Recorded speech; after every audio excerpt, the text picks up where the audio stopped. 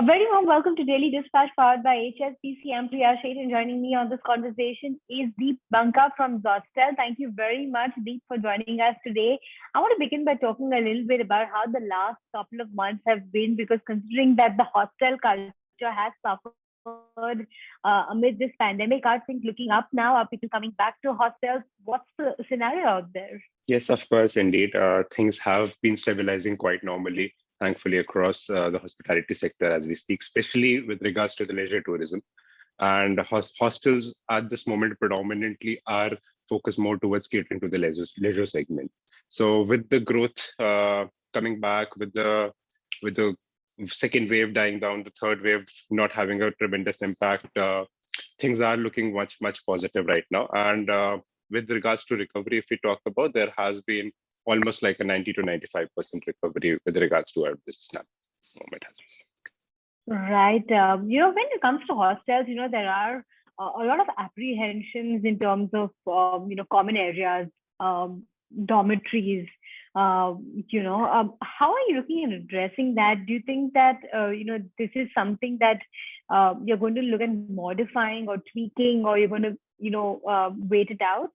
there actually has been quite a few tweaks that we have played around with while playing with dormitories and common areas. So first and foremost, of course, it goes without saying, are the following of actual COVID-related protocols, COVID-related procedures with regards to sanitation and hygiene. That goes without saying.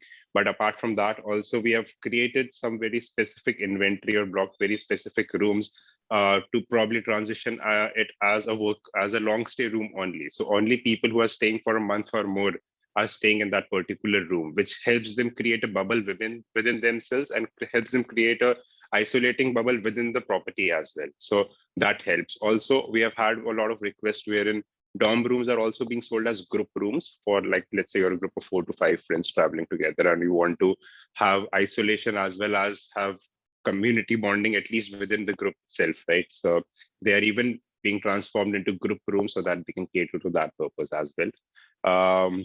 But having said that, still the overall sentiment towards travel has not majorly been restricted to this community meeting and community ownership as such and community engagement as such, because most of the people right now are opting for longer stays. Even in the last 1 year that we saw, in fact, it's changing right now. In the last 1 year that we saw, a lot of people have been opting for a longer stay duration, 15 to 21 days, which helps them create almost like an isolated environment, a bubble environment of within that particular destination. So people are quite enjoying that. So I don't think that seems to be an issue at this moment. Give us a sense in terms of what would be your key growth levers for 2022? What kind of strategies are you looking at in terms of overall growth for Zostel? Well, the strategy has always been plain and simple. It's about community mobilization. We work with a very lean team, and we ask the community to step forward and come up, help us open and scout more locations. Even in the beginning of this year, we started an exhaustive community mobilization program called as the Dream Team, wherein we are asking local people to help join hands with us, understand their locality better, and sort of bring what's the best value addition in their property, in their proper location up on the map. That proper location may be a hostel, maybe a homestay, or maybe a resort also, maybe a campsite also. So we are not in particular restricted to hostels as a segment anymore, but yes, we are very much engaged with the local community that we have built across these years. So that is one of the most important growth levers that we have, that we look forward to in the coming 1 year. We probably have started with Uttarakhand at this moment to begin with, and we want to probably take this experiment up to all nooks and corners of the country and get the community up on the map rather than us just going there and buying properties. So that's another approach that we are looking at. Right. Yeah. Right, Deep. Tell us at this point in time, as we speak, what's the total number of properties that you have, and what is the kind of target that you have at the end of that financial year? We are at this moment having close to 62 properties, 62 operational properties spread across 46 destinations at this moment. And that includes India as well as Nepal.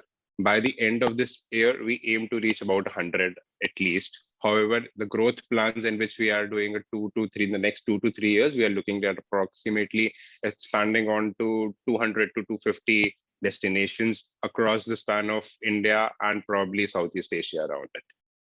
Right. And in terms of revenue, what's the kind of growth that we can expect? In terms of revenue, the growth pattern has always been very organic, very natural. So in terms of gross margins, they pretty much happen to remain the same as it is now. We don't want to take a hit on the gross margins if that comes at the cost of expanding or moving forward in the same stage. So the percentage, the growth revenue percentage remains to be completely similar as of now. We're not looking to dent that. Of course, the percentage, that's a percentage, that's not the whole number that I'm doing. Can you give our audiences some indication of the percentage, please? Well, percentage ranges around 15 to 20% on an average, or looking at the overall revenue of that specific property. That specific property is revenue is extremely season dependent. That specific property's revenue is extremely property dependent, size dependent, and so on. But the average rate is about 15 to 20%. 15 to 20%. Deepa, I want to talk a little bit about, what is the kind of trajectory going forward? Are you looking at getting more funds on board, considering that you're looking at this kind of aggressive expansion? Speaking to investors at this point? We have always been bootstrapped in our approach. We have always functioned with a lean team. There have been a lot of news around it, but not to pursue more into the details of it. We plan to achieve these goals very realistically through our community efforts only and through our community mobilization only. With or without money, that is something that will happen in its due course. But at this moment, we are looking to just organically also reach those target numbers. And as we speak, they do not come across as aggressive to me. They are in fact conservative in nature. We are very positive about achieving that. Right. And that note, Deep, thanks very much for joining us today. It's been a pleasure speaking with you. Thanks so much for joining in, and thanks so much for your time. Thank you, Priya. It was nice.